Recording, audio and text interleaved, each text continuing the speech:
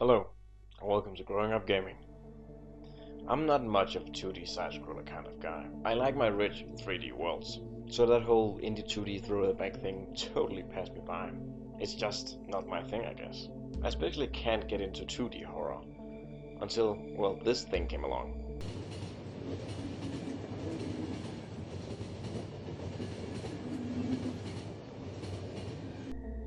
And if there's one thing that can tickle my fancy, it's train-themed horror. Which I realize is an oddly specific thing to be into, but it's my kink, I guess.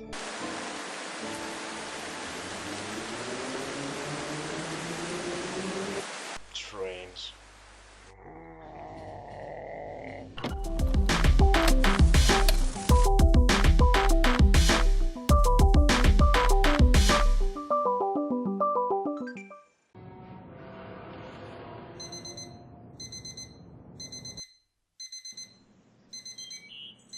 Taking the role of an anonymous conductor, we wake up and it's just another day at the office.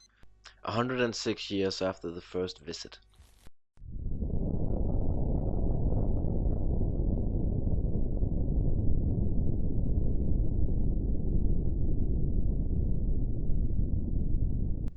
The first visitation thrust the world into a global war with one another, and out of the ashes of this war, civilization was forever changed.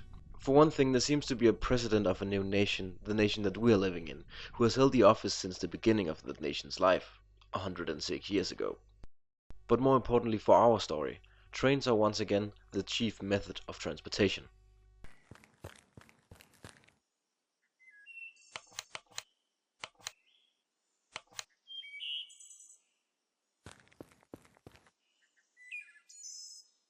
Choo choo.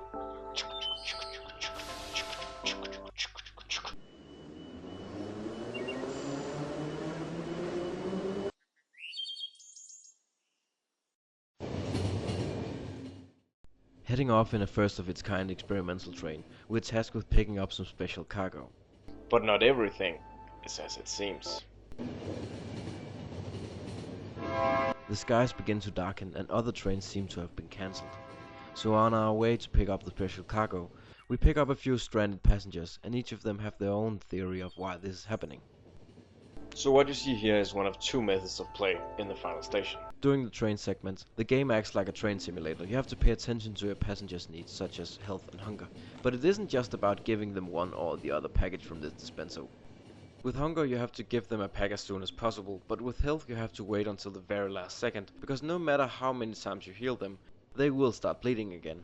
And letting them bleed as much as they can without dying will save you on med packs, which are not easy to come by. Meanwhile all this is happening, you have to keep the train running, but there's not really much to it. One of 4 machines will be out of whack, and during a ride you'll have to routinely play one of 4 minigames to keep the train running. The minigames themselves are nothing to write home about, but the fact that you have to perform an action adds a sense of rush and dread, and when you combine that with the passenger management and having to monitor the train's comms for incoming messages, meanwhile also paying attention to the passengers' conversation so you can figure out what's happening in the world around you, and you got yourself a nice slice of gameplay that adds a sense of dread to the level transitions. Oh, look at the time! We've arrived at the station where we need to pick up the power core. Choo choo.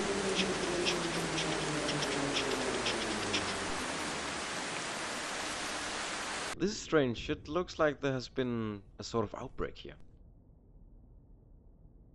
I like this. The game takes time to establish the world and it lets us interact with it at its own pace. The plot doesn't rush itself.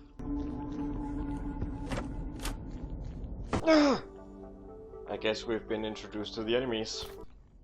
And this of course takes us to the other method of play. When you're not on the train, you spend your time at various semi-abandoned train stations. Your main objective every time is to retrieve a code. You see, in this future the bureaucracy has run so rampant that for a train to take off to the next station it needs a 4-digit code, a code that only the station manager has in his possession. And since this world is in full-scale panic mode, not every station manager is where he should be, at his desk. Choo choo. While searching for the station managers, you can also come across other survivors. You can pick them up and take them on the train with you. And if you manage to keep them alive long enough to reach an evac zone, you will receive an additional reward in the form of money or supplies. And boy, are you gonna need it. Because while you can pick up supplies along the way like ammo and health packs, they are really scarce, and your best bet is to stock up on supplies at a vendor in one of the evac zones.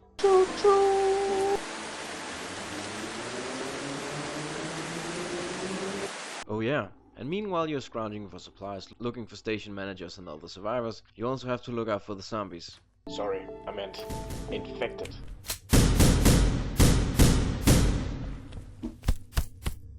They come in a few different shapes and sizes. You got the normal ones, you got the small asshole ones that jump at you,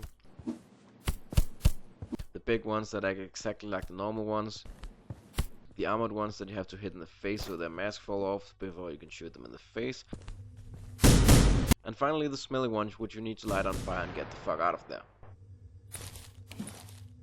I think it's safe to say with all the infected around and the mysterious strange people with the white eyes, we're in the middle of the second visitation.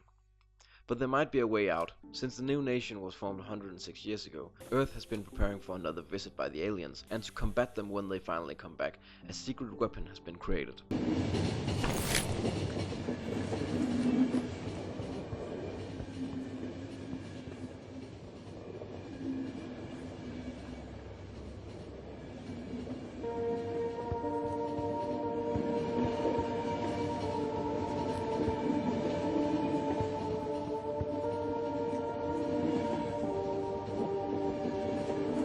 The world has become a pseudo-communist state in order to pay for the development of this weapon. We learn that people are paying extremely high taxes, and that things like housing are decided for you by the government, and that things like wares are rationed. The wares thing is a nice little touch, as it means that you have a finite amount of health kits and food packs available to purchase at each evac zone. Nice touch.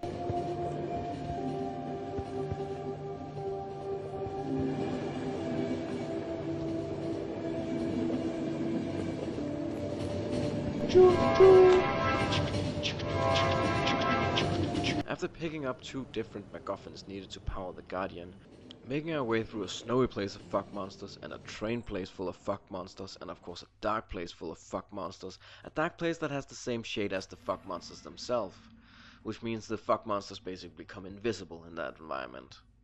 That was a nice touch. We have finally arrived at Metropole, and we have delivered the MacGuffins to power the Guardian. And as we exit the city after the delivery, we watch as the weapon takes to the skies. 106 years of humanity's resources pulled together to fight an enemy that we know nothing about.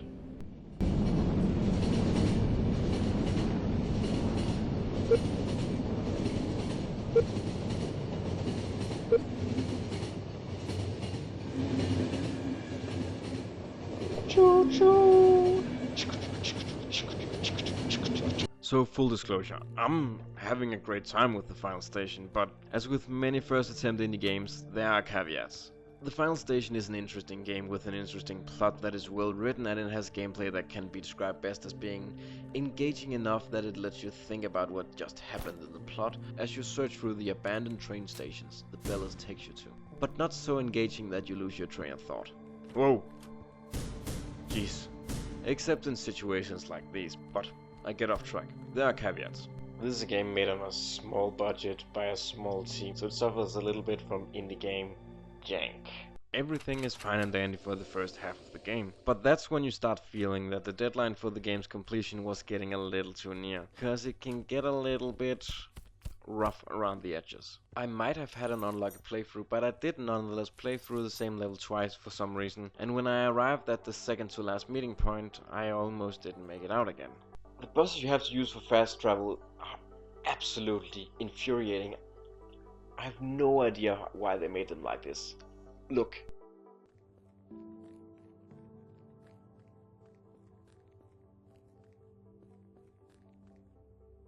And after finally getting on the bus, I arrived at the building I was supposed to be at, and then when I first got, I clicked what I thought to be an elevator button to go up the elevator, but it was a door buzzer and I was taking outside the building. and it just wouldn't let me back in. I thought the game was supposed to do that, so I fiddled around with the jank buses a couple of times, and then I ran around the town and interacted with everything, like twice. And then the door just kind of opened again and I was able to progress. Also, a guy just died on me on the train for seemingly no reason. He just exploded.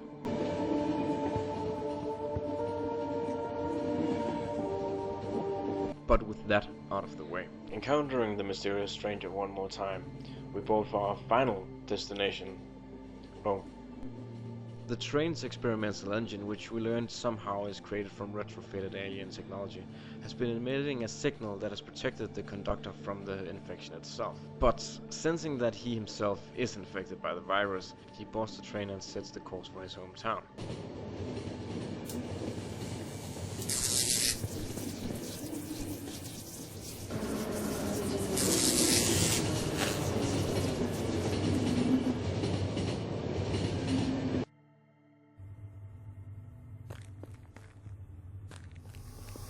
On the way there, the train breaks down and he begins to make the rest of the journey on foot. And unfortunately, he comes across the destroyed remnants of the Guardian, which means that humanity has failed.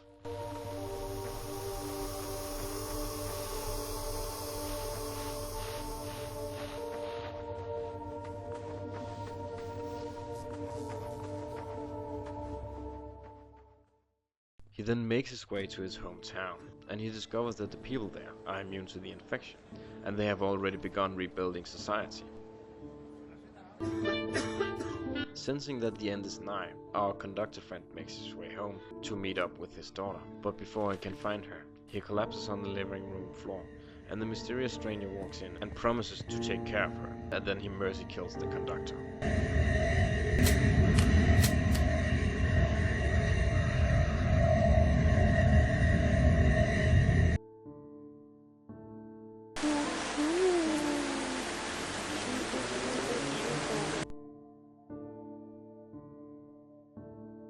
The final station is a neat little horror game. It has some jank for sure, but the core experience is really solid. I think going through two methods of play is a nice little touch. If the game was just on the train and doing the resource management thing, it would get pretty boring pretty quickly. And vice versa, if the game was just running through abandoned train stations looking for supplies, it would be as equally boring. But having two methods of play and making them dependent on each other was a nice touch. If you don't scrounge the supplies at the stations, then you won't have the money to actually buy the medkits which you need on the train itself. And managing the people on the train while the train is running will net you more money, which you can use for bullets to scavenge on the stations, which is a nice circle of life within the game itself. But the gameplay is not where the game pulls its weight. When reviewing it, Stephen Turner of Destructoid rated the game an 80 out of 100, calling it a contemplative slice of sci-fi horror, and comparing it to the movie Snowpiercer and the anime Evangelion. I couldn't have worded that better myself. Contemplative slice of sci-fi horror. The plot is there and is well written. It unfolds gradually as the conductor makes his way through the war-torn world, and in the end, it just wraps up neatly just before the game ends. With a literal bang. It's good. Go play it. I'm gonna go contemplate. Bye.